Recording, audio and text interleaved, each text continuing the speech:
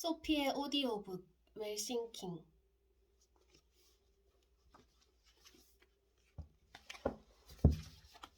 제1부 인생의 밑바닥에서 싹튼 부의 씨앗. 39페이지. 여전히 누군가에게 소중한 존재다. 나는 6남매 중 5째로 태어났다. 아버지는 양쪽 다리가 팔처럼 가는 데다 사고를 당해 한쪽 손이 펴지지 않았다. 사고가 났을 때 바로 병원에 갔으면 나을 수도 있었을 텐데 그럴 만한 형편이 아니었다. 아버지는 피를 멈추기 위해 손을 꼭 쥐고 참았고 아버지의 손은 그대로 굳어버리고 말았다. 부부가 같이 나서도 힘들 판에 아버지가 일을 못하니 사람이 쪼들리는 게 당연했다. 엄마 혼자 아등바등하며 남자들도 힘들어하는 가수원이까지 마다하지 않고 죽도록 일했다. 그러나 6남매를 먹이고 가르키에는 역부족이었다. 내 위로 셋은 초등학교도 졸업하지 못하고 일찌감치 집을 떠나 생활 전선으로 뛰어들었다. 시골 생활은 다 거기서 거기라 나는 가난을 의식하지 못했고 불행하다는 생각도 해본 적이 없다. 그저 산으로 들로 쏘다니느라 정신이 없었다. 주변에 열심히 공부하는 사람도 없어 공부 또한 뒷전이었다. 성적은 꼴찌에 가까웠다. 방학 숙제를 한 번도 해간 적이 없을 정도였다. 이런 나를 부모님도 뭐라 하지 않았다.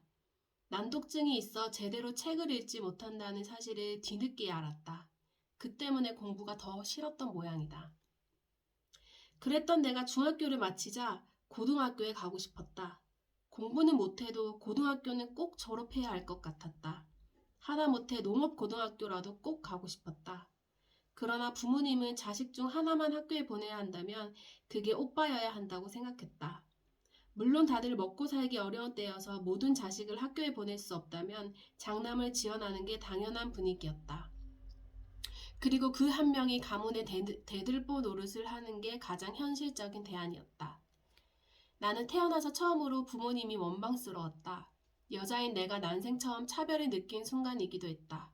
그러나 어느 집이나 그랬다. 그런 시대였다. 하지만 오빠는 스스로 고등학교 진학을 포기했다. 나는 돈이 없어도 산업체 부설 야간 고등학교를 다닐 수 있다는 말에 서울에서 와이셔츠를 만드는 한성실업에 취직하기로 마음먹었다. 엄마에게 낮에는 공장에 다니고 저녁에는 야간 고등학교에 다니겠다고 말했다. 엄마는 아무 말이 없었다. 나는 다시 한번 물었다. 엄마, 그래도 괜찮지? 네가 오죽이 알아서 결정했겠냐. 엄마는 너를 믿어. 너는 잘할 거여. 엄마는 가만히 내 등을 두드렸다. 엄마의 그 말, 알아서 잘 결정했으리라 믿는다. 잘할 거다. 라는 소리를 새로운 결정을 할 때마다 들었다. 엄마의 말은 매번 한치도 다르지 않았다. 엄마는 내가 어떤 결정을 내리든 말리기는커녕 다시 생각해보라는 말조차 한 적이 없었다. 자식들을 그렇게 믿어줌으로써 기죽지 않게 했다. 떠나기 전날 엄마는 내 손을 꼭 잡은 채 한동안 말을 잇지 못했다. 애써 눈물을 참고 있었으리라. 자식들을 하나씩 떠나보낼 때마다 엄마는 울고 싶지 않았을까? 나까지 5. 그때마다 울었더라면 엄마 맘이 누덕누덕해졌을 것이다. 금래야, 앞으로 힘들 것이다. 참말로 힘들 거여. 살아보니까 내일 하는 것이 매번 더 힘들더라. 암만 그래도 절대로 기댈 생각하지 마라. 형제지간에도 내 것, 네 것이 있다. 너는 너로서 독립해 할 수 있도록 노력해야 해. 그래야 사람이 제대로 살 수 있어. 엄마는 평생 얼마나 고생만 했으면 내일이 늘 더 힘들다고 말할까? 마음이 무거웠다. 엄마, 걱정돼? 걱정하지 마. 엄마는 서글프게 웃으며 거친 손으로 내 손등을 매만졌다. 엄마 걱정하지 마. 개천에서 용난다는 말도 있잖아. 내가 꼭 성공해서 엄마가 원하는 거 다 해줄게. 나는 고생한 엄마를 조금이라도 위로하고 싶었다. 엄마는 말없이 고개를 끄덕였고 나는 호기롭게 장담했다. 엄마가 지금 가장 먹고 싶은 게 뭐야? 내가 돈 많이 벌면 실컷 사줄게. 어린 딸의 호언장담에 엄마는 그제야 빙그레 미소를 지었다. 나는 말이다. 계란을 한 서쿠리 삶아놓고 복숭아, 그 달달한 물 줄줄 흐르는 복숭아를 한 소쿠리 갖다 놓고 실컷 먹어보는 게 소원이다. 알았어, 엄마. 한 소쿠리가 뭐야. 평생 질리도록 먹게 해줄게. 엄마는 이번에도 말없이 고개를 끄덕이기만 했다. 그날 밤 엄마와 나는 손을 꼭 잡은 채 잠들었다. 다음 날 나는 옷 보따리 하나만 끌어안은 채 집을 나섰다. 성공을 위해 도전한 서울행이라 정말 최선을 다했다. 엄마의 믿음에 보답하고 지긋지긋한 가난에서 벗어나려면 고등학교 졸업장이 꼭 필요했다. 하지만 가족과도 같았던 친구의 죽음에 나는 한동안 정신을 차리지 못했다. 그러나 못다 핀 영숙이의 넋을 달래기 위해서라도 반드시 살아남아 성공해야 했다. 공장을 그만두고 패션을 제대로 배우기 위해 거의 무일푼으로 일본에 간 나는 아르바이트를 하며 대학교를 다녔다. 하지만 졸업 후 상황이 크게 달라지지는 않았다. 어차피 내가 어디에 살든 돈이 없기는 마찬가지였기 때문에 무작정 패션의 나라 프랑스로 향했다.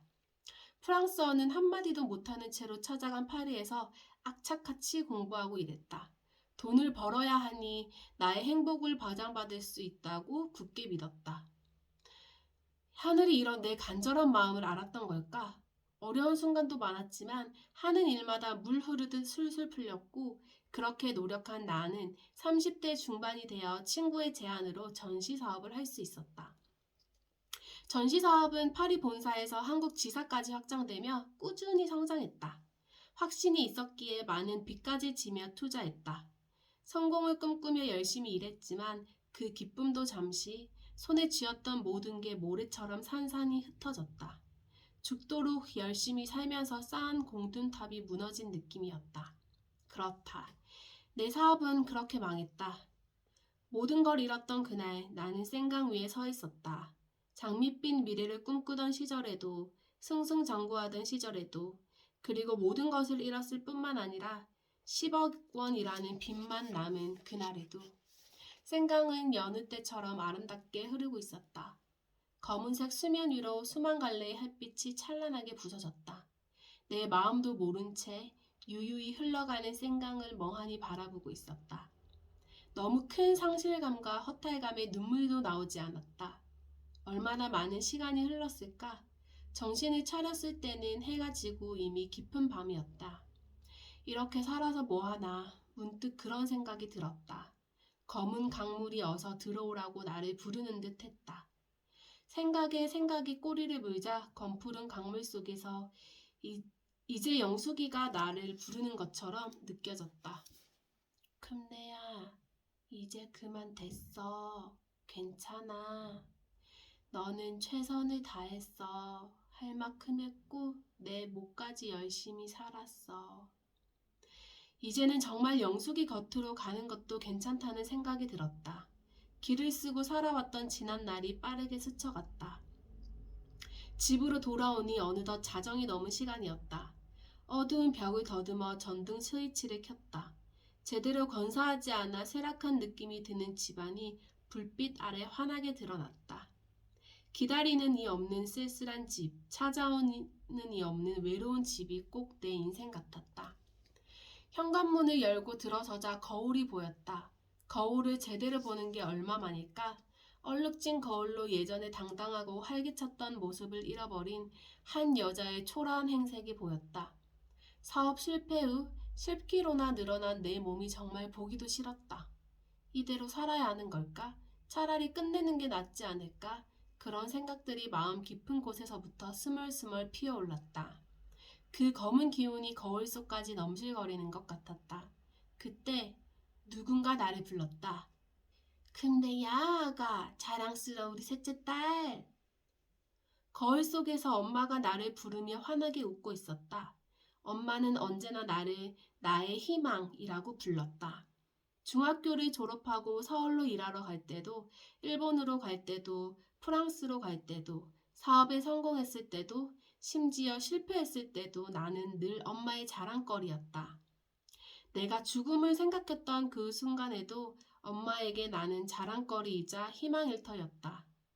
그런 엄마를 두고 죽는 것은 엄마와 함께 죽는 것이나 마찬가지였다. 그래, 살아야겠다. 이제부터는 엄마를 위해 살아야겠다. 엄마를 위해 살아야겠다는 그날의 결심이 내 인생 전부를 송두리째 바꿔놓을 줄 그때는 미처 알지 못했다. 나는 죽음의 목전에서 엄마로 인해 다시 살아보겠다는 생의 의지가 담긴 발걸음을 뗐다. 그러고 보면 매번 나를 살린 건 엄마였다. 내가 원한 것은 돈과 성공이었는데 엄마는 나에게 무엇을 원했을까? 거울 앞에서 나는 생각했다. 답은 너무나 단순했다. 어떻게든 내 딸이 힘있게 살아내는 것이었다. 모든 것을 다 잃고 시작했지만 지난번처럼 또는 그보다 더 성공할 자신은 없었다. 그러나 엄마가 나에게 원하는 인생 정도는 얼마든지 살 수 있을 것 같았다. 나는 늘 엄마의 희망이었는데 지금은 엄마가 나의 희망이었다. 어떻게든 살아낼 것.